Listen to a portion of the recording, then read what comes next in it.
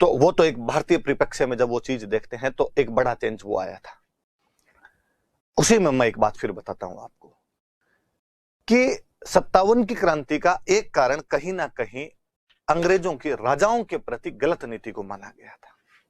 57 से ठीक पहले मॉडर्न इंडिया पढ़ेंगे तो शायद मैं इस बात को ज्यादा विस्तार से, ज्यादा अच्छे से समझा पाऊंगा। 57 से ठीक पहले 56 तक भारत में एक अंग्रेज गवर्नर जनरल हुआ करता था, लॉर्ड डलहौजी। एक लाइन है किसी इतिहासकार की कि डलहौजी से पहले जितने गवर्नर जनरल आए थे वो किसी भी रियासत का विलय नहीं किया करते थे। रियासत में उनको कुछ इंटरफेयर करना है तो रेजिडेंट को पावर ज्यादा दे देते, राजा को हटा के दूसरे को बना देते, उसके बेटे को पावर दे दिया करते, पर वे कोशिश करते कि रियासत का मर्जर तो कम से कम ना किया जाए। लेकिन डलहौजी वह गवर्नर जनरल था जो मौके ढूंढता था कि किस प्रकार किसी रियासत का विलय कर दिया जाए। करौली वाला एग्जाम्पल मैंने बताया था आपको, वो तो कोर्ट ऑफ डायरेक्टर के पास जाकर लोग हटवा के लेके आए थे। इसलिए 57 की क्रांति के बाद अंग्रेजों ने यह माना कि 57 की क्रांति का एक बड़ा कारण डलहौजी की राजाओं के प्रति अपनाई गई गलत नीति है, और उस नीति को बोला करते थे डॉक्ट्रिन ऑफ लैप्स, हड़प नीति। वो रियासतों को हड़प लिया करता था। अब जब 57 के बाद ईस्ट इंडिया कंपनी का शासन खत्म हुआ, ब्रिटिश क्राउन को शासन दिया गया, और क्राउन उस समय हुआ करती थी क्वीन विक्टोरिया। और विक्टोरिया ने कहा कि मेरे भाई बंधुओं, डलहौजी की हड़प नीति का त्याग किया जाता है। आज के बाद डलहौजी की हड़प नीति आप पर लागू नहीं होगी। हम किसी भी रियासत का विलय नहीं करेंगे, ये मैं आपको आश्वासन देती हूं। कंपनी के साथ आपकी जितनी भी संधियां थी, मैं आश्वासन देती हूं कि वो संधियां अब मेरे साथ है। आज के बाद आप डायरेक्टली मेरे मित्र हैं। क्योंकि 57 की क्रांति ने अंग्रेजों को यह भी समझाया था कि क्रांति करने वाले यदि राजा थे तो क्रांति को दबाने वाले भी राजा थे। कि बहादुर शाह जफर, नाना साहब, रानी लक्ष्मीबाई, बेगम हजरत महल, कुंवर सिंह जैसे तमाम जमींदारों, सामंतों या राजाओं ने अंग्रेजों के खिलाफ क्रांति की थी, तो हमें यह भी मानना पड़ेगा कि राजस्थान के राजाओं, मध्य भारत के राजाओं, पंजाब के राजाओं ने क्रांति को दबाने में भी अंग्रेजों की उतनी ही मदद की थी। अंग्रेज इस बात को बहुत ढंग से समझे कि बिना राजाओं की मदद के भारत में शासन नहीं किया जा सकता। जैसा कि उस समय का गवर्नर जनरल लॉर्ड कैनिंग कहता है कि तूफान में तरंगों को रोकने का काम करते हैं। कि एक बड़ा तूफान जलजला आया था 57 में, पर वो जो तरंगे ऊपर जा रही थी उनको रोकने का, उनको सप्रेस करने का कोई काम कर रहे थे, तो वो राजा थे। इसलिए राजाओं के प्रति बहुत अच्छी नीति अपनाई गई, तो राजाओं को सम्मानित किया गया। इन्होंने अपना साथ दिया था, वेरी गुड, इनका भाई किया जाए। तो सबसे बड़ी बात, इनाम दिए गए खूब सारे। अब कई एग्जाम्पल मैंने बताए। जयपुर के राजा राम सिंह सेकंड को सितार ए हिंद की उपाधि दी गई तथा कोटपुतली परगना दिया गया। बीकानेर के राजा सरदार सिंह को टिब्बी परगने के 41 गांव दिए गए। करौली के राजा मदन पाल की तोपों की सलामी बढ़ाकर 17 कर दी गई थी। और ऐसे खूब सारे एग्जाम्पल। जैसे झालावाड़ का तो 1 साल का टैक्स माफ किया था कि 1 साल तक खीराज देना ही नहीं है आपको। सिरोही का आधा टैक्स माफ कर दिया था, और उनपे जो भी बकाया पर जो ऋण था उनका वो माफ कर दिया था। उनका डेट था, जो कर्जा था उन पर, वो माफ कर दिया। तो मजे करो। और 1862 में बाकायदा करौली वालों को वापस लिख के दिया कि आपको गोद लेने का अधिकार है, आप गोद ले सकते हो। उसी बात पे पहले डलहौजी नरसिंह पाल वाले टाइम में विलय कर लेता है कि आपको गोद लेने का अधिकार नहीं है। अब इनको कहा कि नहीं है, पूरे अधिकार है, आप गोद ले सकते हैं, चिंता ही मत कीजिए। कोशिश की गई कि इनके पास में किसी भी प्रकार की पावर नहीं रहनी चाहिए। राजा को इतना स्ट्रॉन्ग कर दिया जाए कि सामंतों पर उसकी डिपेंडेंसी पूरी तरीके से खत्म हो। क्योंकि देखा गया राजस्थान में अपने जगह जगह पे कि सामंत जो थे वो विद्रोहियों के साथ हो गए थे। एग्जाम्पल हमने खूब सारे पढ़े। अहुआ का कुशाल सिंह, असोप का शिवनाथ सिंह, गुल्लर का बिशन सिंह, अलैनियावास का अजीत सिंह, कोठारिया का जोध सिंह, आपके सलुम्बर के केसरी सिंह जैसे खूब सारे लोग थे। तो कहा भाई इन सामंतों को शक्तिहीन बनाया जाए, इनको किसी भी पर कोई विरोध देखने को नहीं मिलता। कोटा में जरूर भांवरगढ़ के व्यापारियों को हम देखते हैं कि उन्होंने विद्रोहियों का सहानुभूति दिखाई थी विद्रोहियों के प्रति, इसलिए अंग्रेजी सरकार उन पर 51 रुपए का जुर्माना भी लगाती है, हालांकि बाद में वो जुर्माना माफ कर दिया गया था। पर बड़े तौर पर जो व्यापारी थे वो कहीं ना कहीं अंग्रेजों के पक्ष में रहे, और अजमेर वाले, नसीराबाद वाले सिपाहियों का अजमेर नहीं जाने का एक बड़ा कारण था कि उनको लगता था कि सेठ साहूकार सारे अंग्रेजों की तरफ हो जाएंगे। इसलिए भी उन लोगों ने साथ दिया, अंग्रेजों का खूब साथ दिया। तो अंग्रेजों ने भी आजादी के बाद में उनको और प्रोटेक्शन दिया, अपने क्षेत्रों में आने की जो पहले से परमिशन मिली हुई थी उनको और कहा कि आओ आप, सब कुछ दिया जाएगा आपको। अजमेर के आसपास में खूब, अजमेर वाला इलाका सीधा अंग्रेजों का हुआ करता था, इस इलाके में अपने व्यापारियों को कहा गया कि आइए यहां फैक्ट्रियां लगाई। आपको कभी नहीं लगता कि दामोदर दास राठी जैसलमेर के पोखरण के रहने वाले थे पर ब्यावर में आकर फैक्ट्री लगाते? ब्यावर में क्यों? क्योंकि अंग्रेजों का इलाका है, अंग्रेज पूरी प्रोटेक्शन, चिंता मत करो हमारी प्रोटेक्शन में रहोगे, टैक्स वैक्स सब माफ करेंगे। आज जितने भी इकोनॉमी में आप जब पढ़ोगे तो एफडीआई के जो फायदे पढ़ोगे या इन्वेस्टमेंट के जो फायदे पढ़ोगे वो उस समय अंग्रेजों की पॉलिसी हुआ करती थी कि यार ये इनसे थोड़ा करवाया जाना चाहिए। तो व्यापारी वर्ग को प्रोत्साहन दिया गया कि जहां कहीं भी भारत में राजाओं ने या सामंतों ने किसी ने भी बगावत की थी, जनता उनके साथ जुड़ी। अंग्रेजों ने कहा कि ये रिश्ता क्या कहलाता है, कोई सामंत के खुद के दिक्कत है, किसी राजा के खुद के दिक्कत है, इस वजह से वो हमारे खिलाफ लड़ रहा है, जनता क्यों पक्ष में आ गई इसके? सब ये जन्म जन्म का साथ है इनका, आपस में एक दूसरे के सुख दुख में ये लोग भागीदार है, एक का दुख दूसरे को अपना दुख दिखाई देता है। तो कहा इस कम्युनिकेशन को तोड़ा जाए, इनके बीच में गैप जनरेट किया जाए। और यदि आप में से किसी को याद हो तो मैंने एक वोल्टर योजना बताई थी, उस वोल्टर योजना का उद्देश्य ये था कि राजा महाराजा और सामंतों के बच्चों को ऐसी शिक्षा दी जानी चाहिए कि वो धीरे धीरे आम पब्लिक से दूर होने लग जाए, उनको अब स्कॉच की पार्टियों में बिठाया जाए ताकि वो जनता के दसी ठर्रे से नफरत करे। वरना पहले राजा ही ढोला मारू पिया करता था, ये ढोला मारू पिया करते थे। सारे पुराने लोकगीत सुन लो, दोबारा रो प्यालो सा, सबके अंदर वो की वो चीजें राजाओं के लिए गाए गए, वो देसी निकाल निकाल के पिया करते थे। अब अंग्रेजों का गिरना है, वाइन लीजिए आप, खेल अलग हो गए, आप गोल्फ खेलिए, आप पोलो खेलिए, शूटिंग कीजिए, इवन क्रिकेट। क्रिकेट शुरू शुरू के अंदर राजा महाराजाओं का खेल था। रणजी ट्रॉफी का नाम एक राजा के नाम पर है, महाराजा रणजीत सिंह। दलीप ट्रॉफी का नाम एक राजा के नाम पर है, महाराजा दलीप सिंह।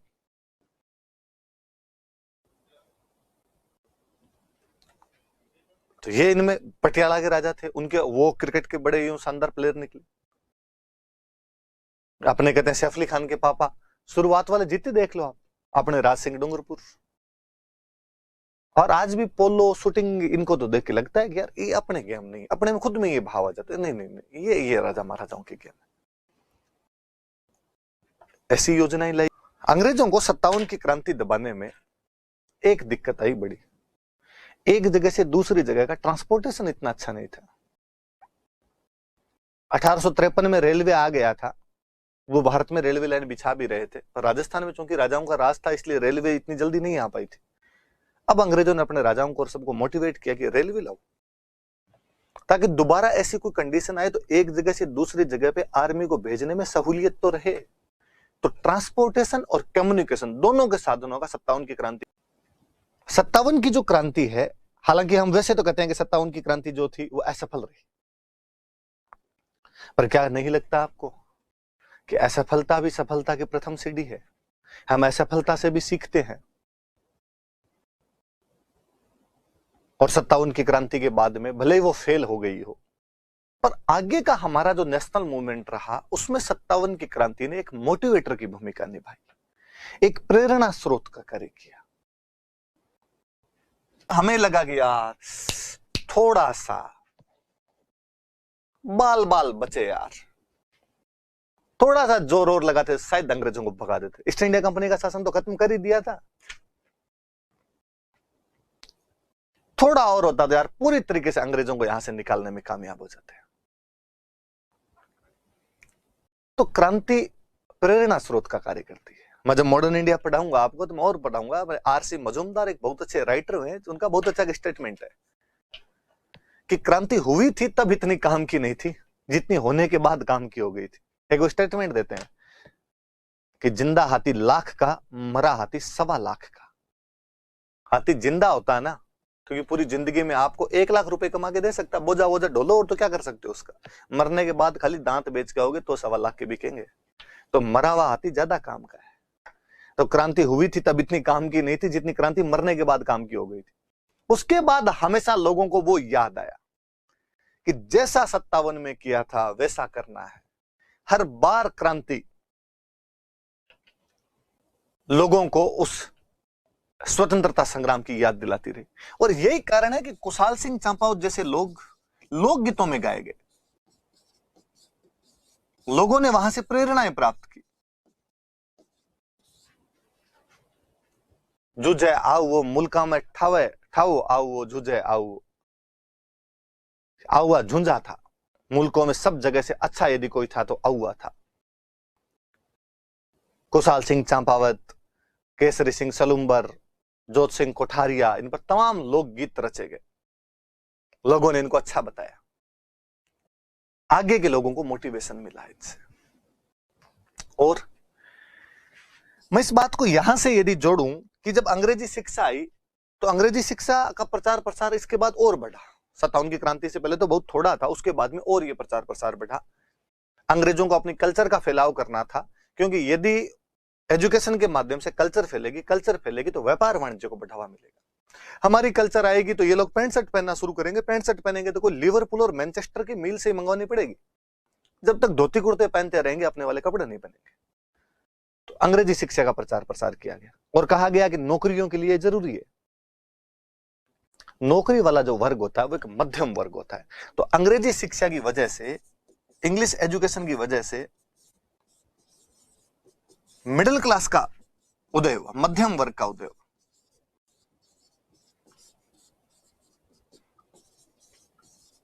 मिडिल क्लास का राइज होता है। और सुनना मेरी बात गंभीरता से, आगे पूरी स्ट्रीम याद रहेगी। जिस किसी समाज में, जिस किसी देश में, जिस किसी सभ्यता में यदि कभी कोई परिवर्तन हुए हैं तो उन परिवर्तनों का अगुवा हमेशा मिडिल क्लास रहा है, मध्यम वर्ग रहा है। मध्यम वर्ग ही वह वर्ग होता है जो परिवर्तन ला सकता है। अपर क्लास को इन सब चीजों से कोई मतलब नहीं होता है।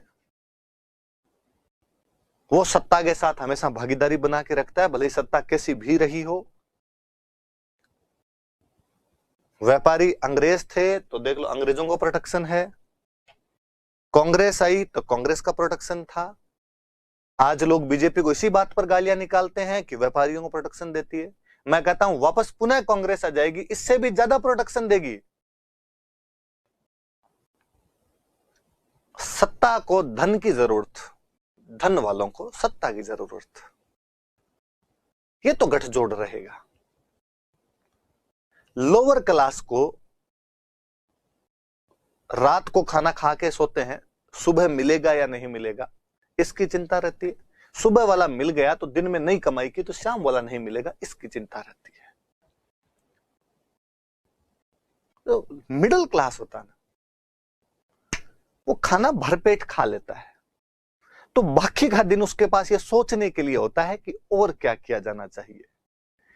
वो परिवर्तनों को लाने में सक्षम होता है। दुनिया की तमाम क्रांतियों, फ्रेंच रिवॉल्यूशन, वो अमेरिकन फ्रीडम स्ट्रगल, वो इंडियन नेशनल मूवमेंट, वो रशियन रिवॉल्यूशन, वो रेनेसा, धर्म सुधार आंदोलन, भारत का भले विश्व का, हमेशा मध्यम वर्ग के लोगों द्वारा किए गए। आप कहें कि मध्यम वर्ग में कौन आता है? नौकरी पेशा लोग, छोटे व्यापारी। हम आगे देखते हैं कि इस अंग्रेजी शिक्षा की वजह से जो मध्यम वर्ग आया था, कालांतर में वही मध्यम वर्ग राजस्थान के स्वतंत्रता संग्राम का अगुवा बना था। आप किसी के नाम उठा के देखिए, अर्जुन लाल सेठी राजा थे? नहीं। चौमुगे ठाकुर के पास काम करते थे, बाद में स्कूल खोल ली थी। केसरी सिंह बारठ? नहीं। पहले उदयपुर राणा जी के काम किया था, कई दिन कोटा राणा जी के काम किया था, बाद में क्रांति की तरफ आ गए थे लोग। अच्छा, मध्यम वर्ग ही ऐसा क्यों कर सकता है? पढ़ा लिखा होता है। एजुकेशन का प्रभाव सबसे अधिक मध्यम वर्ग पे होता है, क्योंकि उसको पता है कि मेरे एजुकेशन आएगी तो ये सर्वाइवल है, आगे बिना उसके सर्वाइवल नहीं है। इसलिए वो फ्रांस की क्रांति के, रशिया की क्रांति के, अमेरिकी स्वतंत्रता संग्राम के, भारतीय नेशनल मूवमेंट के बारे में पढ़ता है, अखबार लेके आता है, देश दुनिया में क्या चल रहा है इसकी खबर रखता है, और इन तौर तरीकों को आगे लेके जाना चाहता है वो। इसलिए मध्यम वर्ग हमेशा आगे आएगा। और क्या चेंज? ये 57 की क्रांति के बाद ही दोस्ती लंदन और विक्टोरिया एम्प्रेस लिखे जाने लगे थे, उससे पहले तक नहीं लिखे जाते थे। अब बाकायदा सिक्कों पे भी उनके नाम आने लगे।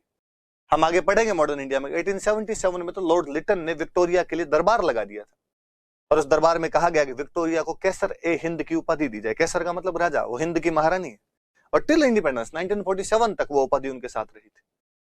तो जो अंग्रेजी प्रभाव था जो भारत के अंदर बढ़ा, तो उसका असर राजस्थान में भी दिखाई देता है। बेलखने राजाओं को प्रोटेक्शन मिला। जब राजा पूरी तरीके से इस बात पर आ गए कि अंग्रेजों ने कह दिया कि अब हड़प नीति तो है ही नहीं, हम आपकी रियासत का विलय नहीं करेंगे, उनके समझ में आ गया कि हम पूरी तरीके से अंग्रेजों की कृपा पर निर्भर हैं, इनका साथ देंगे तो सब सही रहेगा। तो कुछ एक अपवादों को छोड़कर राजा पूरे अंग्रेजों के प्रति हमेशा वफादार रहे, उनके आश्रित रहे।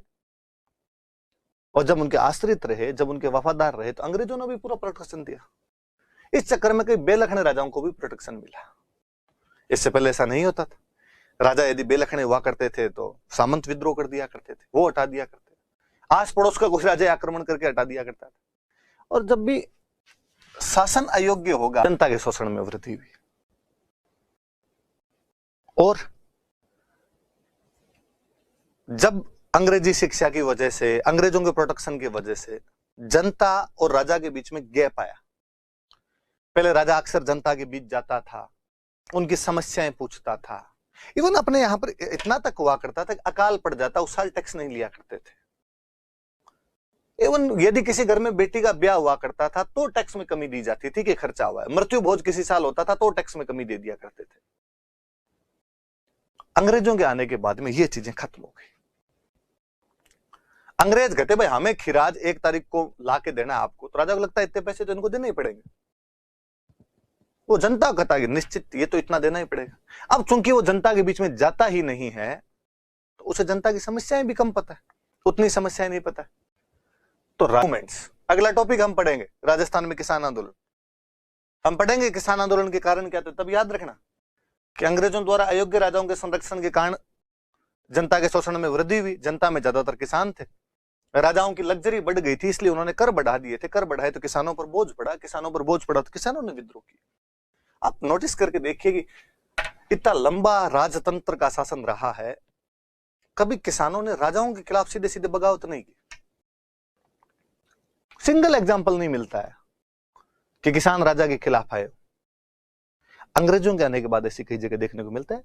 कई जगह क्या, बिजोलिया, बेगू, नीमुचना, बूंदी, शेखावाटी, जोधपुर, नागौर, तमाम किसान आंदोलन है वो बाद के। इसका मतलब पहले कहीं ना कहीं रिश्ते अच्छे थे, उसके बाद रिश्तों में कुछ ना कुछ तो दरार आई है आपके। ये भाई आपको